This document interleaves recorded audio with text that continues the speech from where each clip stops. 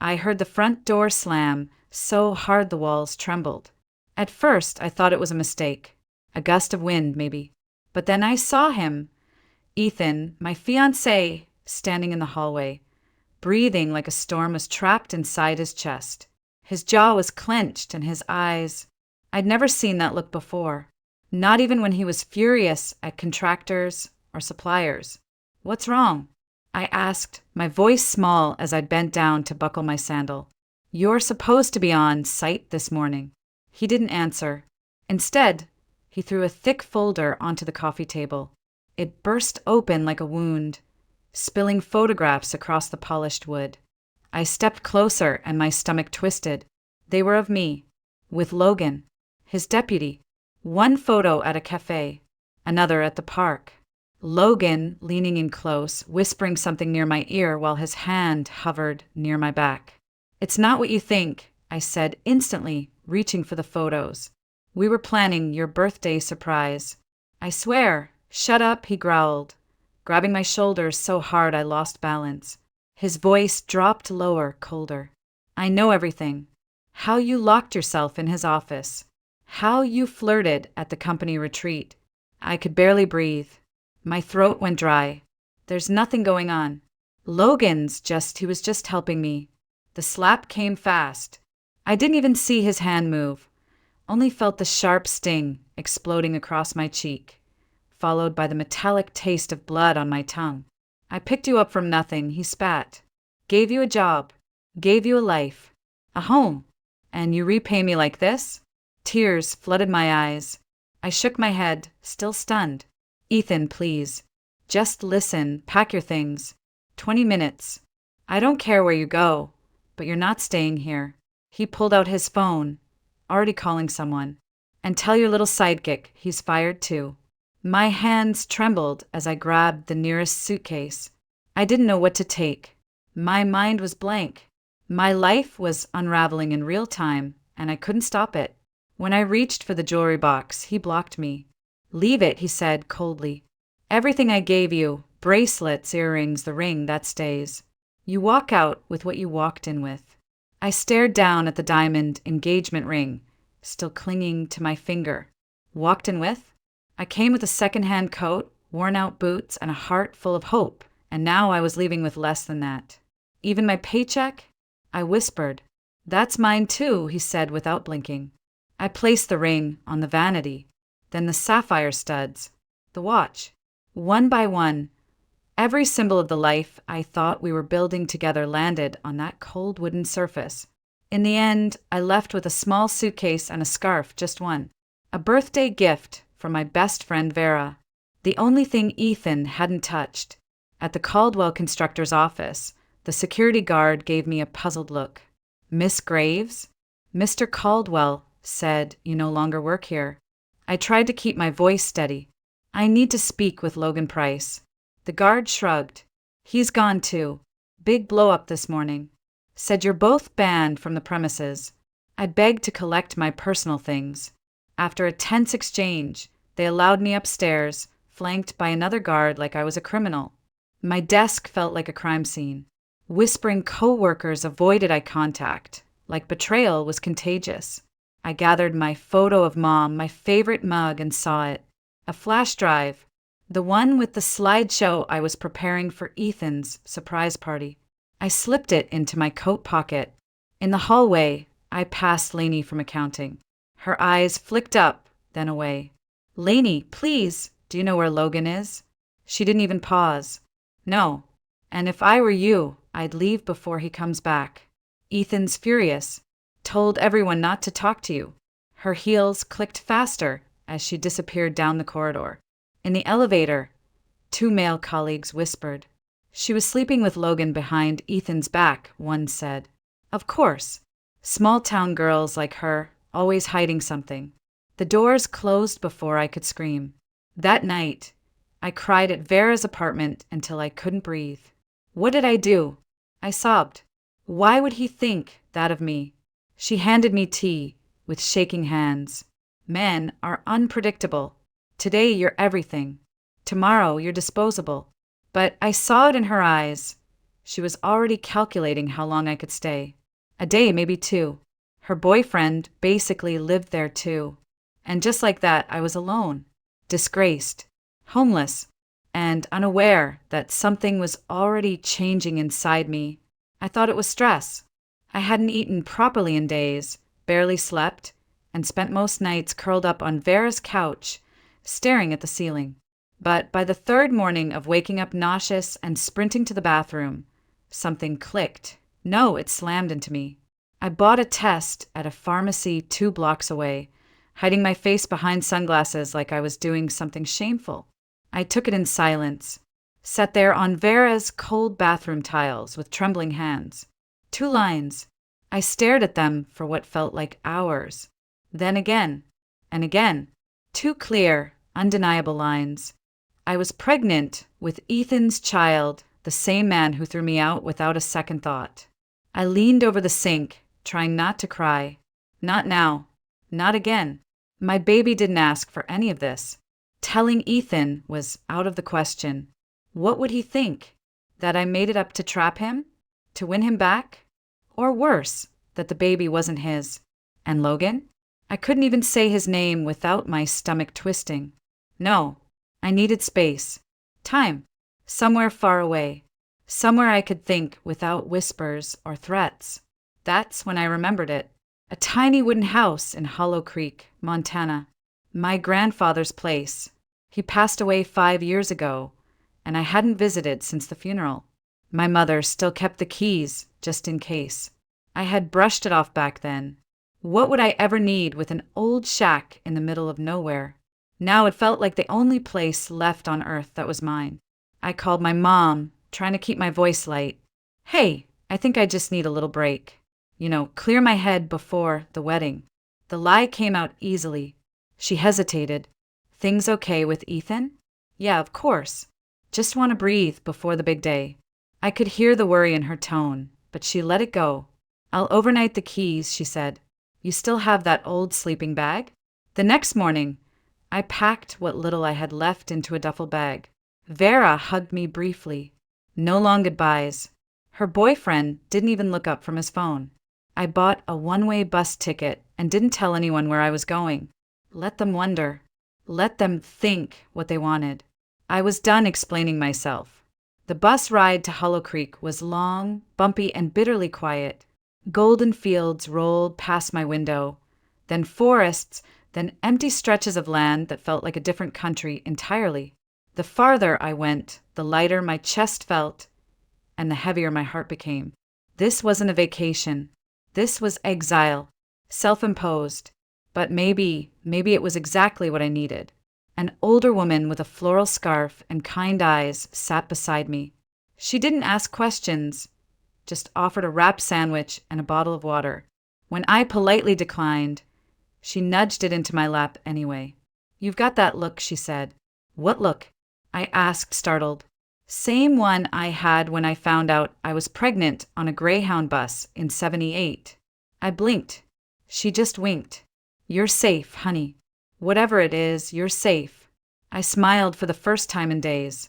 The closer we got, the rougher the roads became. Potholes jerked the bus back and forth.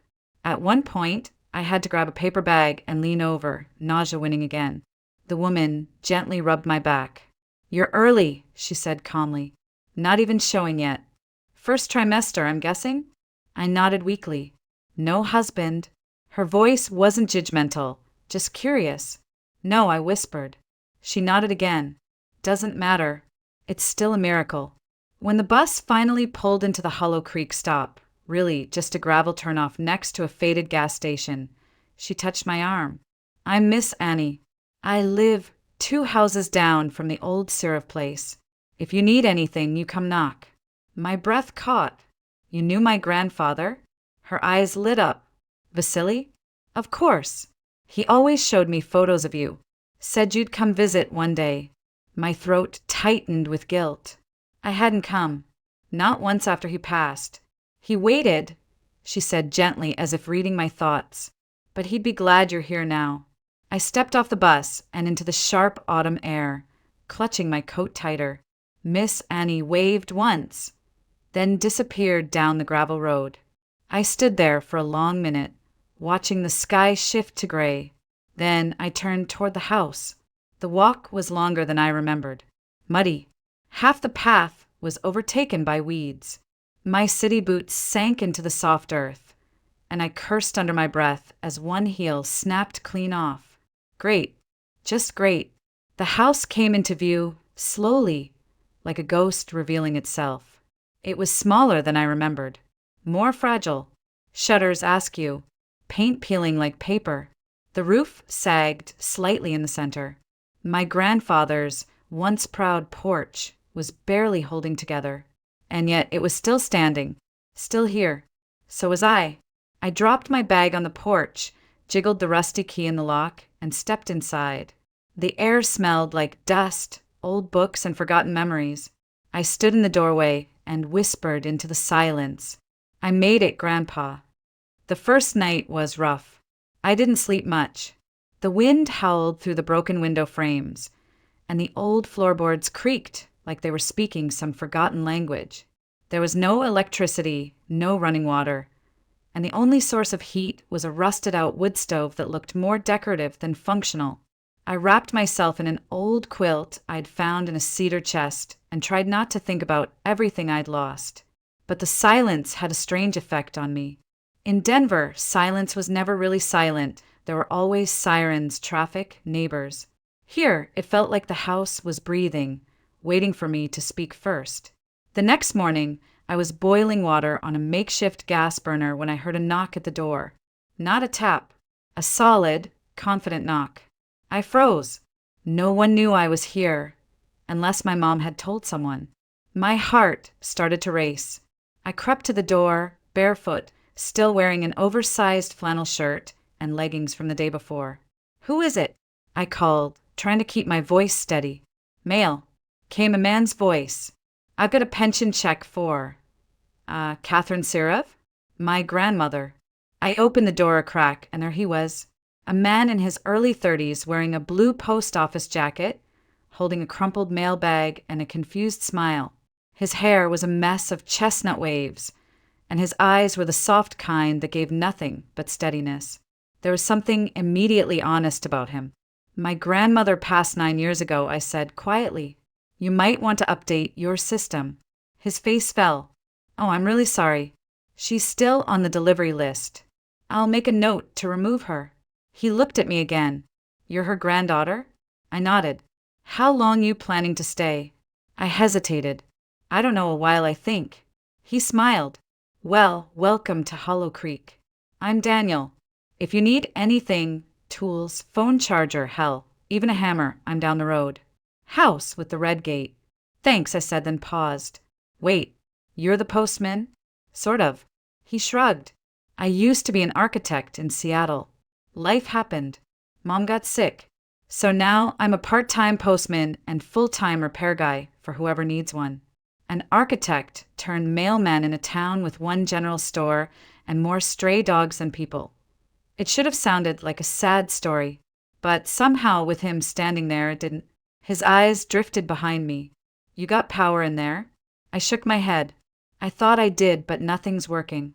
I might have tripped something. Mind if I take a look?" I wanted to say no. I didn't know him. He was still a stranger. But something about him, his calmness, his grounded presence, made me step back and open the door. "Just be careful," I said.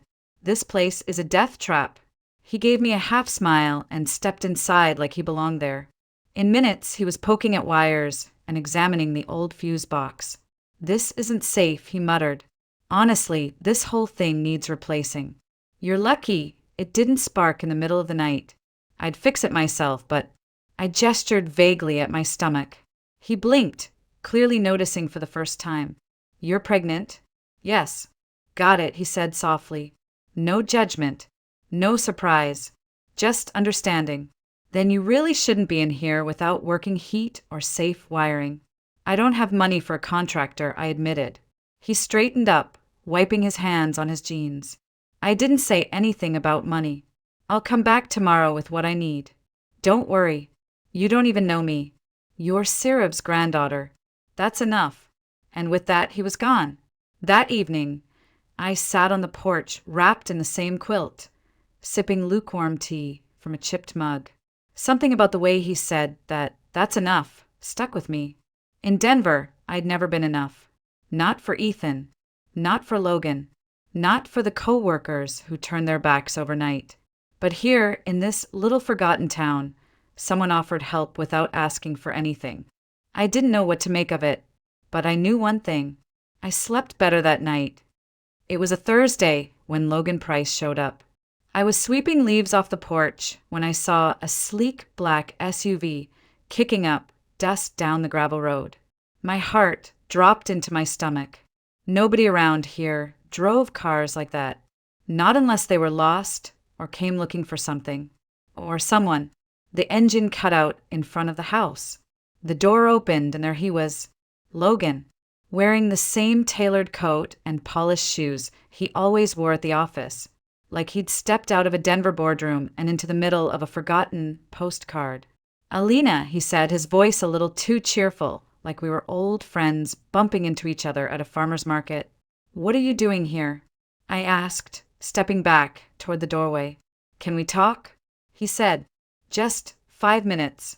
I didn't answer, but I didn't slam the door either. He took that as a yes and followed me inside. He looked around like the place offended him. Dust, cracked wallpaper, an old quilt folded on a wooden chair. He didn't sit, just stood there like his dry-cleaned coat might absorb the history of the house if he touched anything. "I came to clear the air," he began. "You deserve the truth." I crossed my arms. "I'm listening." He looked down at his shoes, then back at me. It was me. I faked the photos, the ones Ethan saw. I staged them, photoshopped a few, made it look worse than it was. My mind went blank, then sharp, then everything turned red. "You what?" "I needed the promotion," he said, quickly. "You were in the way. Ethan trusted you. Everyone knew you were next in line. He was going to make you deputy. But I couldn't let that happen. You destroyed my life for a title?" My voice cracked on the last word. "I didn't mean for it to go that far," he said. "I just wanted you out of the office. I figured Ethan would be mad. Maybe break up. But fire you? Kick you out? That wasn't part of the plan." I let out a hollow laugh. "Oh, so it went too well." He had the nerve to look embarrassed. "Ethan found out. Eventually. Someone in accounting saw me messing with the files. He knows everything now. So he's a mess. He wants you back. But he's too proud to say it himself." And I raised a hand. "Let me guess. You want me to go back, smooth it over, make Ethan forgive you, so you get your job back?" He hesitated. That was all the answer I needed. "Get out," I said. "Alina, come on, no." My voice was steel. "You lied. You sabotaged me. You watched me fall apart and said nothing. You do not get to walk into this house and ask for anything." His expression darkened. "This is because of that postman, isn't it? Daniel. I saw him hanging around. You leave him out of this." Already calling him by his first name. He scoffed. "You're moving fast." "Get out," I said again, sharper this time. "You think Ethan will let this go?" He said as he backed toward the door. "He doesn't know you're pregnant." I didn't tell him, but I could. My blood went cold. "Don't you dare. I'm just saying, think it over. I'll be back tomorrow. Maybe you'll see things differently." He shut the door behind him. I stood there, breathing hard, the air thick with panic and fury. He knew. Logan knew. And now he had leverage. Again, I collapsed into the chair by the fireplace and stared at the ashes. My hands were shaking. The worst part, not just the betrayal or the fear or the threat, it was knowing how completely I'd been manipulated, how I never even saw it coming. Everything he'd done at the office, offering to help with presentations, asking about Ethan's schedule, suggesting we grab lunch to talk strategy, all of it had been part of the setup. And I walked right into it. I don't know how long I sat there, but when I finally looked up, Daniel was standing at the door. He didn't knock, didn't call out, just stood there quietly, his eyes scanning my face. "You okay?" he asked. "No," I whispered. And somehow, in the space between those two words, everything spilled out. I told him everything. Ethan, the photos, Logan, the pregnancy, the lies, the fear. He didn't interrupt. Just stood there, listening like a man who knew how to hold the weight of someone else's world without asking for anything in return. When I finally finished, my voice hoarse and my face wet, he spoke quietly. "What do you want to do?" "I don't know," I said. "But I know one thing. I'm never going back." He nodded once. "Then you won't be alone." It was late afternoon when I saw the car. I was in the garden behind the house, pulling weeds with a small hand rake, trying to keep my mind quiet. Daniel had stopped by earlier to drop off extra firewood. He didn't stay, just a soft smile, a call me if anything feels off, and then he was gone again. He always left just enough space for me to breathe. So when I heard tires on gravel, my first thought was his truck. But it wasn't a truck. It was white, sleek, expensive, and very out of place. My heart clenched. The door opened, and there he was, Ethan Caldwell, standing in his designer boots on my overgrown dirt path like he had any business here. He looked thinner. The shadows under his eyes were darker, but it was still him. Still the man who once said he loved me and then threw me out like garbage. "Alina," he said softly. I stood, brushing dirt from my hands, my breath already coming faster. "What are you doing here? I needed to see you. I've made a mistake. I didn't speak. I know the truth now. About Logan. About the photos." He admitted everything. "I was wrong. And I'm sorry. So sorry." I swallowed hard. There it was, the moment I used to dream about in those nights on Vera's couch, when I thought an apology could fix everything. But now, looking at him in my garden, next to my broken fence and wild mint, it felt hollow. "I appreciate the apology," I said, "but it doesn't change what you did." He stepped closer. "Let me make it right. Come home. We'll figure it out together." "There is no home, Ethan. You ended that the day you slammed the door on me." I was angry, hurt. Logan manipulated me, and you believed him, without even asking me. You didn't give me a chance. He stared at me, like he was searching for something on my face. Then his eyes dropped, lingering for just a moment on the slight curve beneath my sweater. "You look different," he said, hesitating. "Your face. You're glowing." "And that?" He stepped forward, a breath catching in his throat. "You're pregnant," he said quietly. "It's mine, isn't it?" My stomach twisted. "Yes," I whispered. "But that doesn't give you the right to control me. I'm the father. I have rights. Rights you forfeited when you threw me onto the street without a cent, without listening, without caring." He was getting louder now, the smooth tone cracking. "I'm not going to let my child grow up in a shack in the middle of nowhere. And I'm not going to let my child grow up around someone who sees love as ownership." We stared at each other, the air thick with all the things we didn't say. Then another voice cut through the tension. She said no. Ethan turned. Daniel stood at the edge of the path, hands in his pockets, calm as ever. "You again," Ethan muttered. "You think you're something. You think this little role-playing as a handyman makes you a hero? I think I care about her. That's more than you've done lately. You have no idea who I am." Daniel stepped forward. "No, but I know what you're not. You're not the man she needs." Ethan's face twisted. "You're not her family. You're not the father. You're just, I'm someone who shows up when she needs help. That's enough." Ethan looked at me. "This what you want now? This town? This substitute?" I didn't flinch. "This peace. This life. This child. Yes, all of it." He shook his head. "You'll regret this." "I already regret ever thinking you'd protect me." Ethan opened his mouth, then closed it. For a second, I saw something in his eyes. Maybe pain. Maybe disbelief that I wasn't running back into his arms. Then he turned and walked back to his car. When the engine faded, I realized I was shaking. Daniel stepped beside me, but didn't touch me. He just stood there until my breathing slowed. "Thank you," I finally said. "You don't have to thank me." "I do. For showing up. For staying." He looked at me, quiet, steady. "I'm not going anywhere. And just like that, the door to my old life finally closed and stayed shut. Autumn turned to winter slowly in Hollow Creek. The days grew shorter, the air sharper, and the world outside my windows turned into a quiet canvas of bare trees and distant smoke from neighboring chimneys. But inside the little house, something new was taking root. Me. It started with the small things. I bought checkered curtains at the local store and hung them myself. I fixed the squeaky cabinet door in the kitchen using a rusty screwdriver and Daniel's patient instructions. I swept the porch every morning, just to see the clean lines against the frost. And Daniel, he never hovered, never pushed. He came by when I needed help lifting something heavy, when the heater coughed too hard, when the wind blew a shutter loose. Sometimes he just brought tea and left it at the door. But most times he stayed long enough for quiet conversations about nothing and everything. I told him about my old dreams, the way I used to imagine myself curating exhibitions, giving lectures about Monet and Rodin to packed auditoriums. He listened with the kind of stillness that made me feel like I was worth listening to. And he told me his story too. The architecture firm he worked for.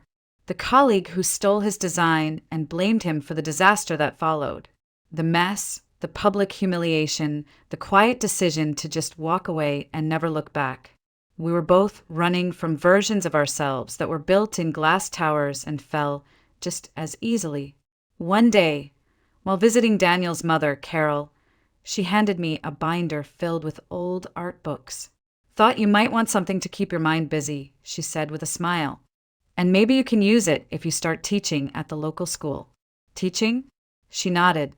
"They've been trying to find someone to cover art history for the high school. Not a lot of takers. Too small of a town, they say.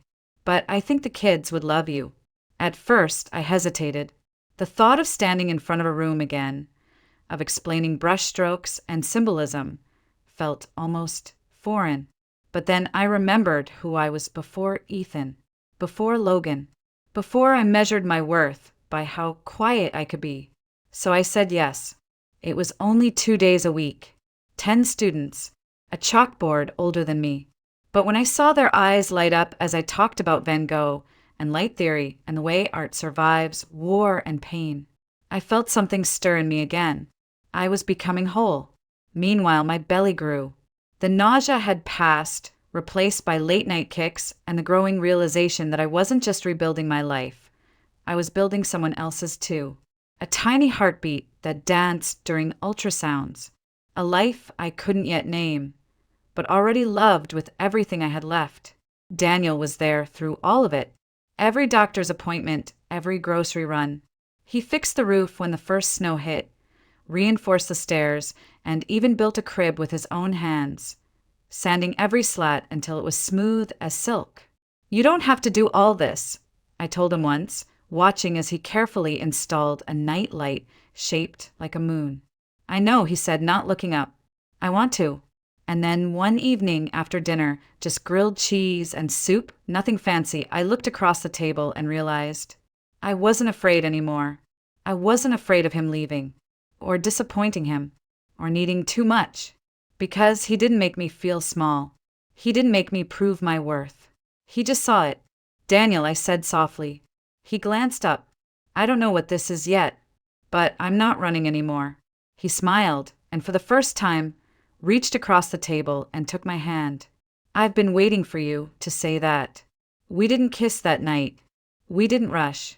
We just sat there, hand in hand, while the wind tapped gently at the windows and the fire crackled behind us. And for the first time since my world fell apart, I felt like I belonged again. It's been 1 year since I stepped off that bus in Hollow Creek.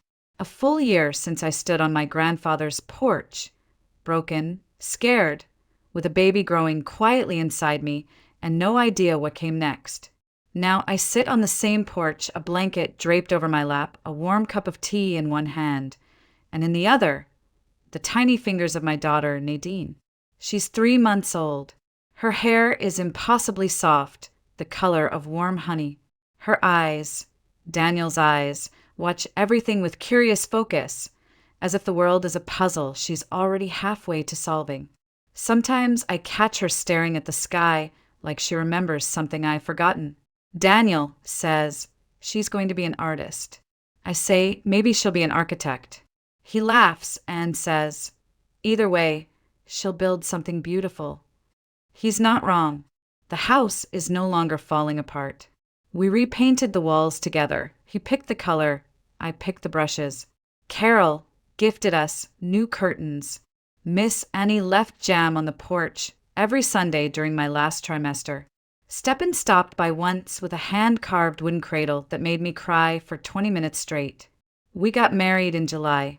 It was a small ceremony in the field behind the house. Just a few neighbors, a borrowed speaker, and a bouquet picked from Carol's garden. I wore a simple dress. Daniel wore a blue shirt I hadn't seen before. Nadine slept through most of it, but when he said, "I'll never walk away," and I looked at the people who had stood by me without asking for anything, I knew I'd found my home. My real one. Teaching at the high school has become more than just a job. My students have stopped calling me Miss Graves and started calling me Ms. G. They bring me sketches and questions, and sometimes stories they're afraid to tell anyone else. I think they see something in me, maybe a reminder that healing isn't loud. That sometimes rebuilding your life looks like taking attendance and talking about impressionism on a rainy Thursday morning. And Ethan? He tried to call. Once. It was a number I didn't recognize. But I knew, and I didn't answer. I didn't need to. There was nothing left to say. He doesn't know about Nadine. He never will. That's not revenge. It's protection. Because my daughter will grow up in a world where love isn't conditional, where people don't raise their voices to be heard, and where no one is ever thrown away for being human. She'll know peace and safety and the kind of quiet joy I didn't believe existed until I came here. And Daniel, he reads to her every night, even when she's already asleep. He built her mobile out of twigs and paper cranes that spins gently in the breeze. He brings me coffee in the morning and still kisses my forehead like it's the first time. I used to think love had to be dramatic, sweeping, like the movies. Now I know. Love is steady hands when yours are trembling. Love is warm socks on cold mornings. Love is staying. I look down at Nadine.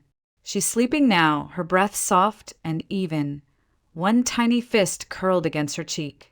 Daniel steps out onto the porch, 2 mugs in hand. He hands me one and sits beside me, our shoulders touching. She smiled in her sleep, I whisper. She probably dreamed of you, he replies. I smile. I used to think my life ended the day Ethan slammed that door, but it didn't. It cracked wide open, so something better could begin. The wind rustles the trees, and in the distance, I hear laughter from Miss Annie's porch. Somewhere a dog barks. The world feels quiet in all the right ways. And in that quiet, I finally hear my own voice again. Not the broken girl who begged to be believed. Not the forgotten fiancé left behind in a penthouse. But the woman who chose herself and built something real.